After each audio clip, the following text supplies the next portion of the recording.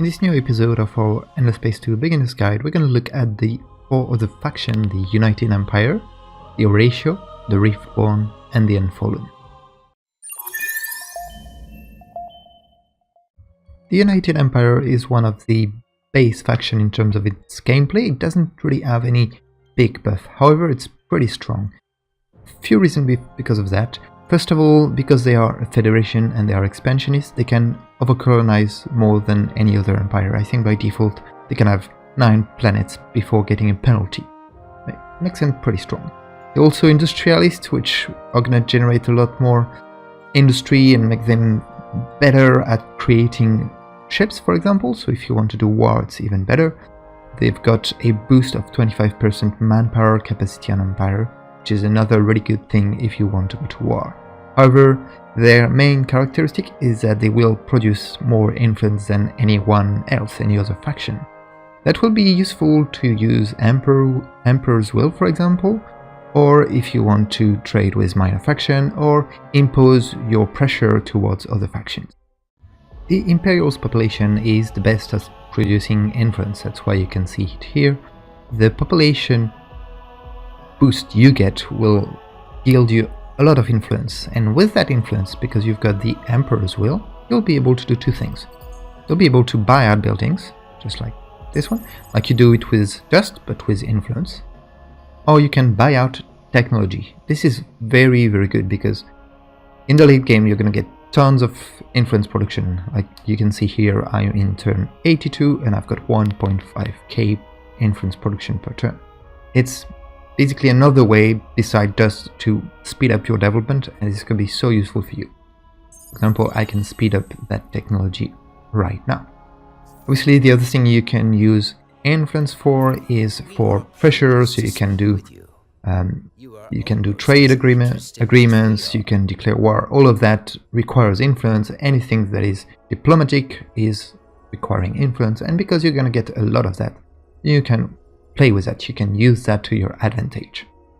So overall, the United Empire is a very good, I would say, base faction. You will learn a lot with them. You've got very strong advantages playing with them.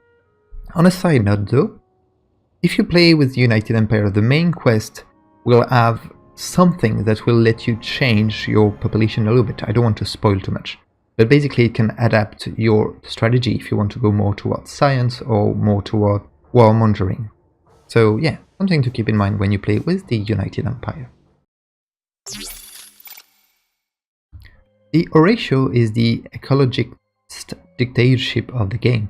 It basically means you'll have to watch out for your happiness, because you can get rebellions if your system is unhappy, instead of, I think, mutinous from before. But the ecologist buildings and its system improvements usually generate happiness, so you'll probably build happiness buildings. The Horatio are really good at building wide and expanding quite a lot. They are very good at food, because they've got a base +3 food per Horatio population. Their citizens are content, and they've got crowded planets, which means you can have more Horatio per planet you colonize. So it means you will probably be the most populated faction of your game. Interestingly enough, they are quite difficult to play, because you need to play around their gene hunter or gene splicing ability. It basically means that you can splice genetic of minor factions or other populations and incorporate their feed the skills within your Horatio population. So we'll look at that in a second. The other thing is, the ships of Horatio are probably not the best, and they're quite expensive as well. So you'll need to build quite a lot. So that's why I think Horatio are really good to play when you want to snowball into the late game, have a lot more population than anyone else, have more happiness, so make sure your production and everything is as best as it can. You can also specialize depending on the different genes you will splice and incorporate into the Horatio population.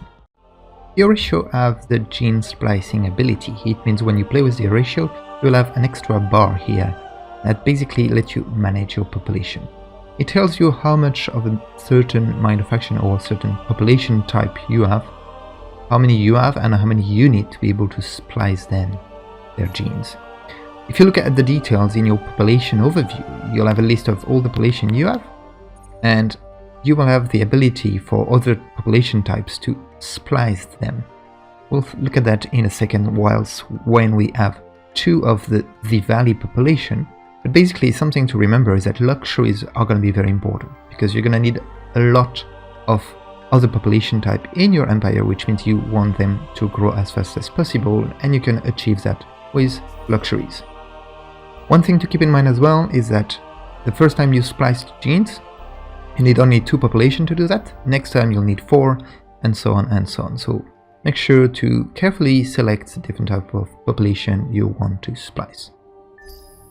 In that case, we're going to see that we do receive a new population of the valley in our empire, just like that. And it means that now we are ready to splice their genes. So if we look, oh, actually we also got 2 Calgeros, so we could decide to splice either the Calgeros or the Z-Valley. Their gene splicing effect, as you can see here, will give me a +2 approval bonus and a +1 science in the Horatio DNA, or we can get a flat +3 approval. Because the Horatio already have a little bit of approval bonus, and because they are ecologists, they're probably not going to have any approval problem, decide to splice the gene of the Z-Valley. And what it means is I'm going to lose 2 Z-Valley population, but now it means that my Horatio population gets an extra dust per population. So overall, it means that my base population here, so all my Horatio guys, will give me more science. However, I lost my Z-Valleys. So it's a trade-off, but in the long term it's much better to have a lot of Horatio, especially with all the food you produce, and have a little bit less of the minor populations. But be careful when you decide to splice your gene, because as I said before, the number of population you need doesn't double, it goes 2, 4, 6, 8, etc, etc. So be careful to manage that carefully with your ratio. The Riftbone is a race of robots coming from an alternate dimension into the endless universe. They are very interesting to play because they do not rely on food at all to grow. They rely on industry. It means you have to put them into your build queue in order to build a new Riftbone. Riftbone are the best base population in the game. You've got +5 dust, science and industry, which means the more Riftbone you have, the better you'll be. However, every Riftbone population you build will be more and more expensive, so you'll have to be careful and plan carefully when you want to build a new Riftbone, or whether you prefer to build new system improvements. They are a republic, which means they rely intensively on laws because their law effects get intensified. Be careful with their happiness and the way you expand. First of all, because you're slow, so you will be slower than any other faction, so make sure you explore quite a lot and expand as soon as you can, otherwise other faction might reach these locations before you. They are biophobic, so you cannot, or it might be better not to settle on systems which have a lot of fertile planets, because you get a malus per population on fertile planets, but you also get a massive boost on sterile planets, so be sure to look for that when you settle down. They also start with a titanium and a hyperium source. They rely quite a lot on strategic resources, and this is because they are continuum sculptors. They can build singularities. We're going to look at that in a second, and this consumes strategic resources. The Riftbone have this ability to create singularities. Singularities will show here in that slot behind your Fizzy bar, and singularities have to be built within a system, so it takes 1 turn to build them. It also takes dust and strategics. That's why strategics are so important for the Riftbone, and that's why they start with titanium and hyperium. Let's have a quick look at all the different singularities you could have. We've got a compression one, which gives 100% experience on heroes, recovery rate, +25 Fizzy, which is probably the most important one. That one is very useful if you want to use on your home system, for example, and you probably will use it quite a lot at the beginning of the game to speed up everything. The Rip Singularity takes antimatter and basically it's kind of a jump back in time. So fleets can go back to where they came from when arriving in Singularity. It's quite interesting. And you can also replay space battle and ground battles there. It's quite difficult to use correctly, but it's also very important when you do war. So basically you're going to place it where you want to fight, and if the fight doesn't go well because you picked a wrong strategy, you can do it again, or you can just decide not to have the battle. They also provide a plus 25 Empire boost, science boost on Empire, so also very interesting. The fourth Singularity uses adamantium, and this one is considered to be... Whoops, let's have a look. Movement points are automatically refilled on fleets arriving.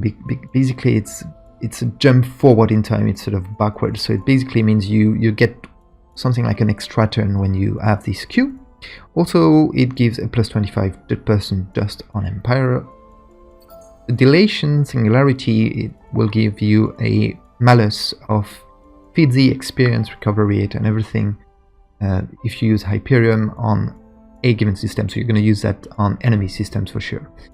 Also remember, the more Singularity you build, the more it's going to cost in terms of strategic resources and dust, so be careful to micromanage these carefully.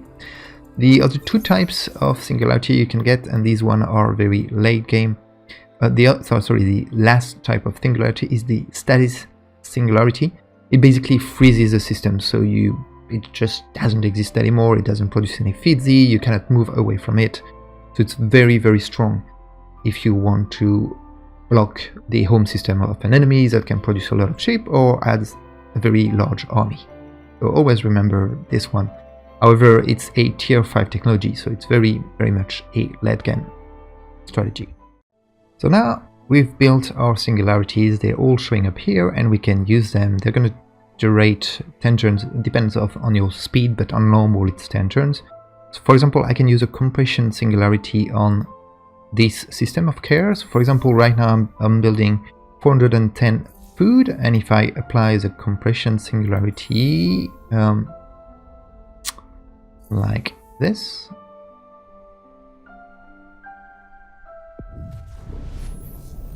it will increase by 25% my production, which is quite fantastic. The second type I've got here is the Reap Singularity. So for example, I can place a Reap Singularity in here, and if I move over there and I reach that system, I can rewind and shift back and go back to where I was, which is quite fantastic. So if I lose a battle here, I can just, oh, wait, I can just go back. The last one is the Fall Singularity. This is kind of a jump forward. So for example, if I want to quickly reinforce Hydros with that fleet, I can just move there, and I've got 10 movement points here. I'm still gonna keep my 10 movement points once I reach the system. It's kind of one more turn that I can do. This is all for the Singularities. These are extremely important and quite difficult to master when you play with the Riftbone, so always have a quick and nice look at them before you use them. The Unfallen is the faction that has been created by the community. It's a very well designed faction with a unique gameplay, so it's very interesting to play with the Unfallen. They are a pacifist democracy, which means you will probably play quite passive in terms of war with the Unfallen. You probably want to get some alliance, some treaties as well, because you're going to get boost for that. They are a democracy, which means they can use load a lot more and they're happier than any other faction. The very interesting thing with the Unfallen is that obviously they've got a boost of food. It's very easy to have good happiness with the Unfallen, but they extend quite differently from others. You'll see they have to expand through tendrils to adjacent systems. So you cannot colonize a system that is too far away from your home system. You have to grow some sort of web into the space. So it's very organic, and the way they colonize once a system has been anchored is in one turn. They can just colonize it straight away. It's quite interesting to play with them, and that's why they've got this unique Entwiner role class ship. They also have a unique population, which is called Guardians. We're going to look at that in a second. And they are harmonious, so a lot of happiness, approval, boost, and mutual understanding, which, interestingly enough, is kind of making you better at war if you need to do war, but only if you have a lot of friends. So, very interesting faction to play. As you can see, the Unfallen have this web of tendrils, it's called, and it basically links all the systems you are anchoring to. And for example, I am currently anchoring into, or entwining, I think, I'm implanting beacon, entwining the system of Zioness. It's going to take another 6 turns, and once this is complete, the tendrils will have reached that, which means I'll get some endpoint value 100%, and I'll get the ability to colonize it. For example, I've entwined north here, and it means now I can colonize this planet, and you can colonize it instantly and without any cost, which is pretty strong if you ask me. So you can, for example, there's nothing that prevents you from entwining a lot. You don't get disapproval penalties, and once you've entwined everything, you can just decide which one you want to colonize once it's the right time to do so. That's one thing to keep in mind with the Unfallen. Their expansion is very organic. So if, for example, I can show you, you can see the progression of the entwining here when I get a new turn in this game. And now it's only 5 more turns before I entwine. So it basically, in fast, takes 10 turns to entwine the system, which actually makes your colonization slower than any other faction, because the other faction can boost it with dust. However, you don't do that here. Another particularity of the Unfallen is that they've got a specific type of population called the Guardians. And Guardians are anomalies on the system, so you need to research some anomalies, curiosities, and you will reveal some Guardians. And Guardians are very, very strong. They deal a lot of damage during ground battle, they give you approval, and they give you a lot of influence as well if you own these population type. It's always very good to do exploration to get Guardians in your system as the Unfallen. Finally, a last note on the Unfallen. I would like to praise the creators of this faction, because I think it's a fantastic creation. So it's someone called Devil Dog, very well played. I'm super impressed by the work you've done on this faction, and all the other contributors for the style, music as well. This faction looks great, and I really, really, really love it. That's it for our roundabout of the factions of Endless Space 2. We'll probably have some more factions when DLCs come out, so I'll make sure to make some other guides for them. Anyway, I'll see you in the next guide for Endless Space 2. Goodbye.